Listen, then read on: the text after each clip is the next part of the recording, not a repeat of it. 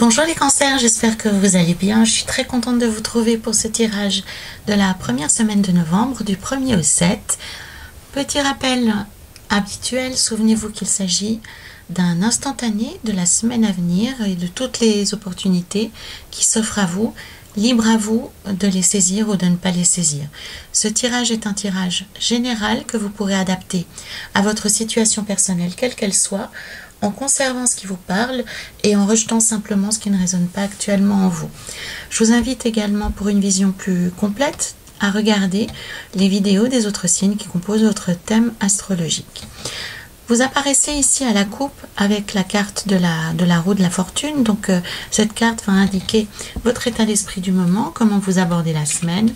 Nous avons ici le soleil avec le 7 de coupe pour l'énergie générale de la semaine. La tour, la maison de Dieu, avec le valet de bâton, parleront plus précisément de vos objectifs personnels, de vos aspirations. Avec le pape et le 10 d'épée, on aura plutôt ici les aspects positifs, les points, les chances, les avantages, les atouts dont vous disposez.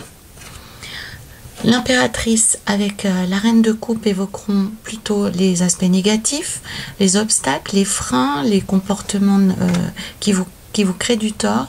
Et enfin, nous avons le fou et le 4 de bâton en fin de semaine. C'est à la fois la fin de la semaine concrètement, mais aussi une forme de synthèse par rapport à toute la semaine écoulée. Alors, on va jusqu'au bout ici encore pour les cancers. Voilà. Le jeu est complet. Donc la carte qui parle de vous ici à la coupe, la roue de fortune, parle déjà du fait que les choses vont un peu bouger pour vous, ça va un peu s'accélérer. Tout ce qui était un peu enlisé, un peu ralenti, va redémarrer, va se remettre en route. C'est aussi, vous serez aussi un peu plus actif, vous aurez envie que les choses avancent davantage, avancent plus vite, et vous vous mettrez vous-même en action. La carte de la roue de la fortune aussi parle d'un aspect chance, au premier sens du terme. La chance, le fait que les choses se... Alors la chance, c'est pas forcément la chance au loto, hein, bien que ça peut l'être. Mais l'aspect chance, c'est aussi le fait que quand on met quelque chose en route, ou quand on fait des... quand on se bouge, quand on agit, eh bien on se rend compte que les événements se passent de manière plus fluide, qu'on est dans de meilleures dispositions avec les gens, que la communication, elle est facilitée, qu'on a moins de mal, qu'on a moins d'obstacles, qu'il y a moins d'empêchements, que quelque chose qu'on attend arrive. Enfin, c'est vraiment une énergie qui est plus fluide, qui est plus dynamique, qui est vraiment plus positive. Et c'est aussi en ça qu'on peut l'appeler un aspect chance, un aspect se sentir chanceux, se sentir chanceux ou chanceuse. Donc c'est pas forcément la chance qu'on envisage avec les jeux d'argent ou les jeux de hasard, mais vraiment le fait qu'on se sente heureux, qu'on se sente dans des dispositions favorables, et qu'on observe que notre environnement et que les situations autour de nous évoluent favorablement, avec douceur, avec facilité. Hein. C'est quand tous les rouages, quand tout se passe de manière fluide et harmonieuse. Hein. Voilà cet aspect chance. Pour l'énergie générale de la semaine, avec le soleil sur le 7 de coupe, donc c'est une énergie qui en soi est positive. Hein. Avec le soleil, on comprend que les réponses sont positives, on arrive à se mettre en avant, on arrive à s'exprimer juste, on arrive à transmettre un message, à transmettre une énergie. Il n'y a personne qui vient nous chercher des poux, on est à l'aise avec ce que l'on vit, on est à l'aise avec nos collègues, avec nos proches, on n'a pas de secret, on n'a pas d'obstacles, on n'a pas de misère. Hein. C'est une énergie assez favorable pour vous cette semaine, les cancers.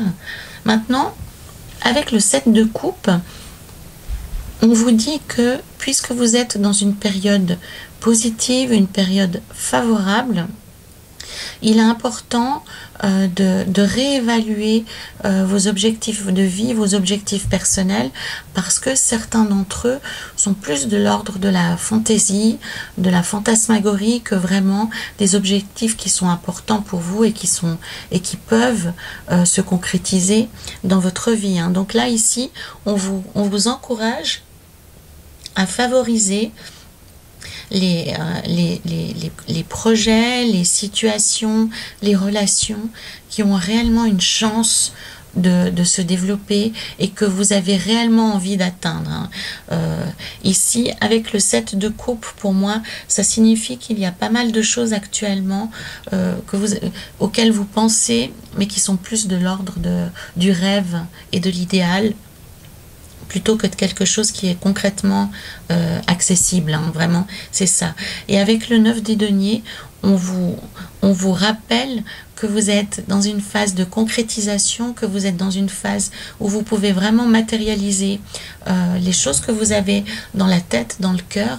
Donc c'est vraiment important que vous fassiez la part des choses et que vous concentriez votre énergie sur les projets qui ont une chance d'aboutir, une chance de se développer, plutôt que de perdre du temps et de l'énergie dans des projets qui sont somme toute assez flous, assez vagues et qui tiennent sur pas grand chose. Sur un plan plus personnel, si on parlait ici de relations ou si on parlait de connexion, avec ce 7 de coupe, on vous met en garde sur le fait qu'il y a actuellement dans votre vie des personnes ou des relations que vous poursuivez pour les mauvaises raisons et qui ne sont pas intéressantes pour vous. Ça n'en fait pas forcément de mauvaises personnes, mais c'est pas les personnes qui sont adaptées à votre style de vie, à votre situation, à ce que vous souhaitez obtenir dans votre vie. Je vous donne un exemple. Alors après c'est juste une valeur d'exemple, hein. Faut pas penser qu'il n'y a que cette vérité là. Mais imaginons que votre idéal de conjoint ou de conjointe, ça soit une personne qui est extrêmement sportive, qui fait des triathlons, qui fait des compétitions, qui a une vie d'ascète. Alors certes, c'est une personne qui est dans la vie publique, qui est dans une dynamique extrêmement positive, mais vous, de votre côté, vous êtes le roi ou la reine du fourneau. Vous aimez bien être dans le cocoon, dans le confort, dans la gourmandise, dans la générosité. Eh bien, vous êtes attiré par des personnes qui ne sont pas en lien avec votre style de vie. Donc, on comprend bien qu'à terme, il y a une forte probabilité que ça n'aille pas très très loin. Les différences sont trop importantes. Donc là, on vous invite réellement à réfléchir sur les activités que vous souhaitez développer, les personnes que vous souhaitez attirer ou celles que vous poursuivez de vos assiduités ou que vous rêvez avoir comme conjoint ou comme conjointe. Donc là, le tarot vous invite vraiment à réévaluer vos objectifs, à réévaluer vos relations de façon à vraiment concentrer votre énergie là où ça peut vous amener quelque chose, là où ça peut vous enrichir. Je suis pas en train de dire que des personnes qui sont éloignées de votre chemin de vie sont pas intéressantes pour vous, hein. Loin s'en faut, hein. Loin s'en faut. Mais on vous encourage à vraiment faire le tri dans vos émotions, dans vos ressentis, dans vos idées, pour ne vraiment vous concentrer ou n'accorder de l'importance qu'à des choses qui sont concrètement susceptibles de vivre ou de se développer dans votre vie. Avec la maison Dieu et le valet de bâton que nous avons ici, hein, dans vos objectifs de la semaine, dans vos aspirations personnelles, les cancers, alors avec la tour, il y a probablement une déconvenue, une déception, un événement qui va contrecarrer votre planification, vos plans, vos objectifs. Avec le valet de bâton, on vous encourage à tout de suite tout de suite après recommencer, tout de suite après reprendre les choses en main, réévaluer, vous remettre en selle, de ne pas rester sur un non ou sur un délai ou sur une demande de réévaluation. Avec la Maison Dieu, en fait, c'est un événement inattendu qui se produit, une situation que vous ne pouvez pas gérer, que vous ne pouvez pas anticiper, qui arrive, qui vient, c'est une sorte de croc-en-jambe de la vie, hein, c'est un croche-patte qui nous fait chuter peut-être sur le moment ou qui nous fait nous interroger sur la route qu'on est en train de suivre. Mais avec le valet de bâton là-dessus, le tarot vous dit en fait, c'est un faux échec. Probablement que la vie vous indique que vous n'étiez pas sur la bonne route, et avec le bâton, on vous dit de tout de suite vous remettre en selle, hein. Un peu comme quand on tombe de cheval, on recommande de tout de suite se remettre en selle, ou quand on tombe de vélo, de tout de suite reprendre un nouveau projet et de vous remettre en action. Donc avec le valet de bâton, pour moi, cet échec ou cette réponse négative ou cette situation qui n'aboutit pas ou qui se développe pas, est en fait finalement un cadeau que la vie vous fait pour ne pas connaître un échec encore plus important ou une déconvenue, une désillusion encore plus importante. Le valet de bâton vous dit que vos talents, vos compétences, vos sentiments, votre personne reste intacte, et que quelque chose de mieux vous attend.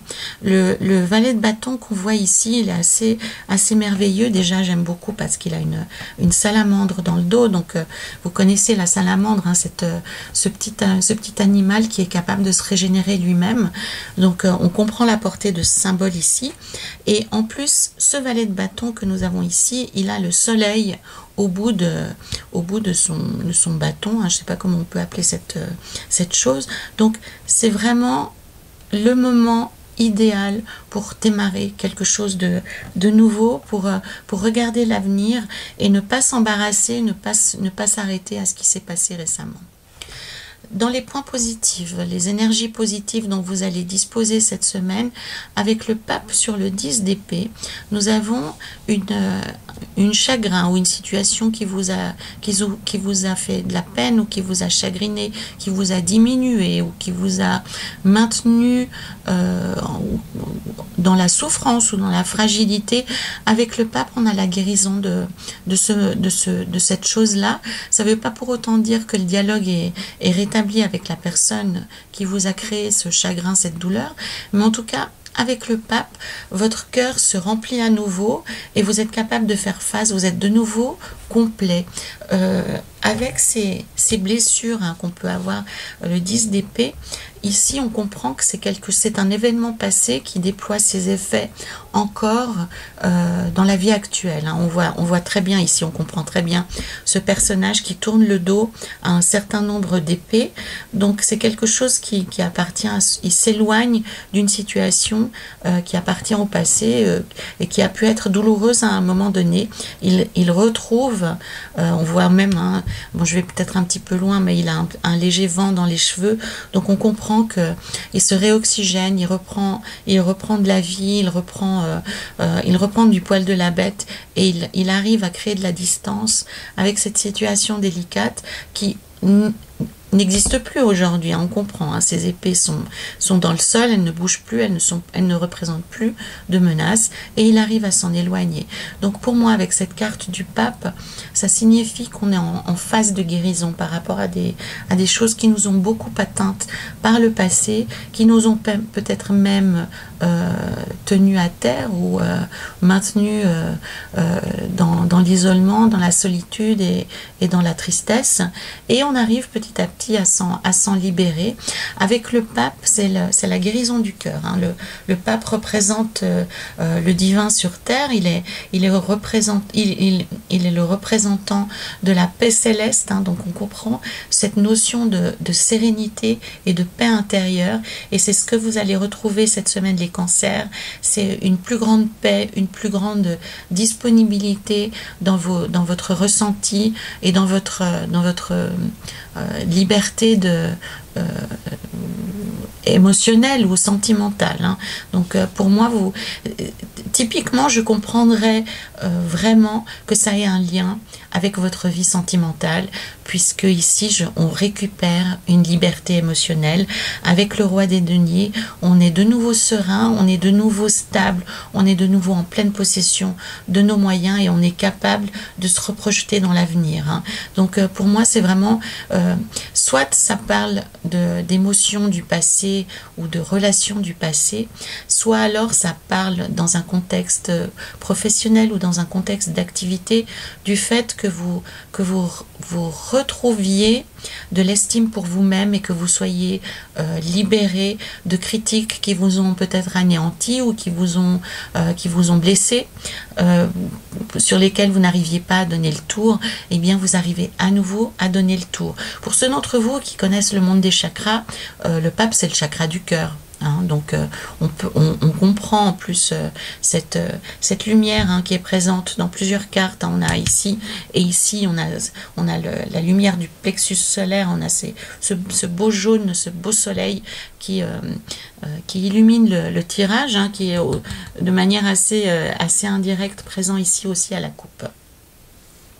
Dans les aspects plus négatifs, cette semaine du cancer, c'est plus une mise en garde, une alerte par rapport à des comportements que vous pouvez avoir, même sans vous en rendre compte. On a une forme d'arrogance, une forme de mauvaise communication, d'énergie en fait. Avec l'impératrice et la reine de coupe, ici en aspect négatif, on est plus dans le domaine de l'apparence, on est plus dans le domaine d'en mettre plein la vue aux autres plutôt que de se concentrer sur l'essentiel. Et c'est ça un peu le danger cette semaine pour vous, c'est de vous réfugier dans une espèce d'apparence assez froide, ou en tout cas qui va mener à des incompréhensions, à des malentendus, où vous aurez beau dire tout ce que vous voulez, il y aura cette espèce de filtre de comportement qui trahira votre mode votre pensée, votre communication. Donc si vous avez des choses importantes à communiquer cette semaine, les cancers, il est vraiment important que vous vous concentriez sur le message, sur le contenu, et pas forcément sur votre apparence ou sur votre façon de délivrer les choses. Concentrez-vous vraiment sur l'être et pas sur le paraître. Ça peut vous donner aussi des clés.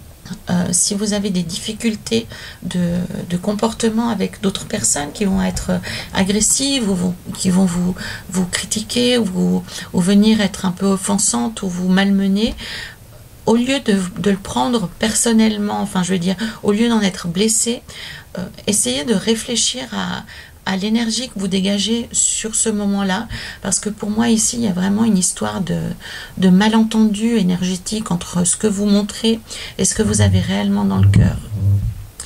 En fin de semaine ici, lorsque nous avons le mat et le 4 des bâtons, on vous encourage à faire preuve de plus de légèreté, à aller vers la joie, à aller vers la fête, à aller vers le fait de passer des bons moments sans se prendre la tête, des choses simples, aller vers la joie, vers le cœur, vers le partage, vous voyez, quand on a cette espèce de sourire, on est bien dans sa peau, on est bien avec les gens qu'on va rencontrer, on est animé par quelque chose de très léger, de très joyeux, comme les enfants. Hein. Ça, c'est une carte qui a vraiment l'énergie de l'enfance, la carte du mat, et ici, elle est remarquablement représentée. Donc, on vous invite à vivre la vie avec plus de légèreté, à vous amuser comme les enfants. Donc, ça peut être aussi une piste à suivre pour vous, les cancers, aller vers plus de légèreté.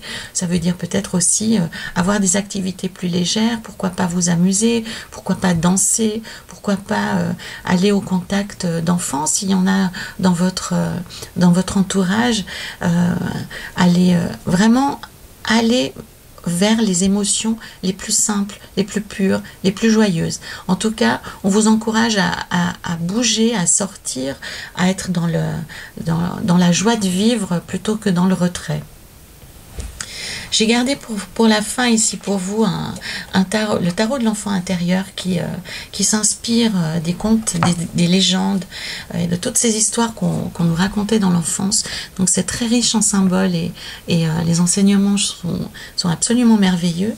Et nous avons ici le 1 de cristaux, hein, c'est un as.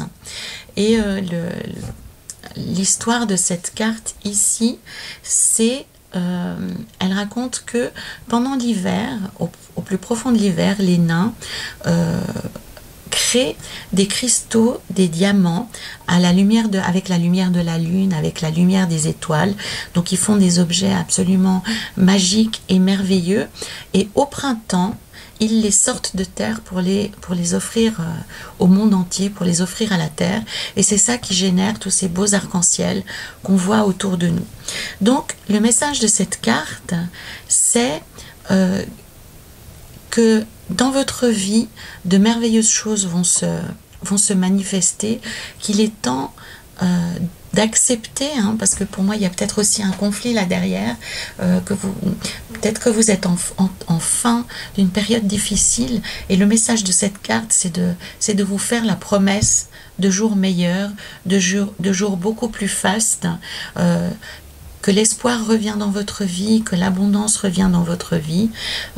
Cette carte exprime aussi le fait, hein, si on se pose du point de vue du nain, du petit gnome, que vous avez de grands potentiels de création, que vous avez de vastes possibilités, à vous d'explorer aussi tout ce que vous pouvez développer, créer, que vous n'avez pas encore fait. Ça peut être aussi que vous avez une forme de modestie par rapport à quelque chose que vous pourriez développer, que vous pourriez concrétiser dans votre vie pour améliorer votre vie au quotidien.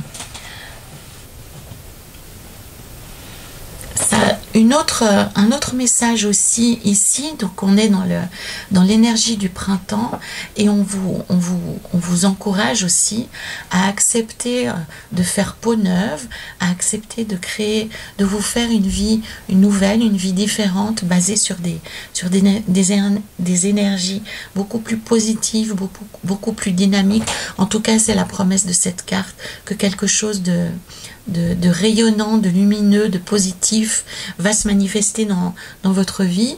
Il s'agira d'accepter et de le voir aussi, hein. C'est un petit peu toujours l'histoire du tarot, hein, comme je le dis en consultation. C'est une chose que de voir une promesse dans le jeu. Imaginons une promesse de rencontre dans une consultation, mais si vous ne faites rien, il ne va rien la rencontre ne va pas se passer. Donc ici, il y a beaucoup de promesses dans votre jeu, les cancers. Il s'agira aussi de le voir, de l'accepter, de l'accueillir dans votre vie, hein. Donc sur ce magnifique arc-en-ciel qui va bientôt inonder vos vies, les cancers, je me réjouis de vous lire pour ceux d'entre vous qui souhaiteront commenter. Je vous remercie aussi de liker mes vidéos, de les faire vivre en les partageant autour de vous.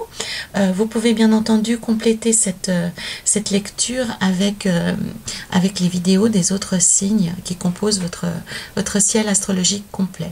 Voilà, chers cancers, je me réjouis de vous retrouver la semaine prochaine. En attendant, prenez soin de vous.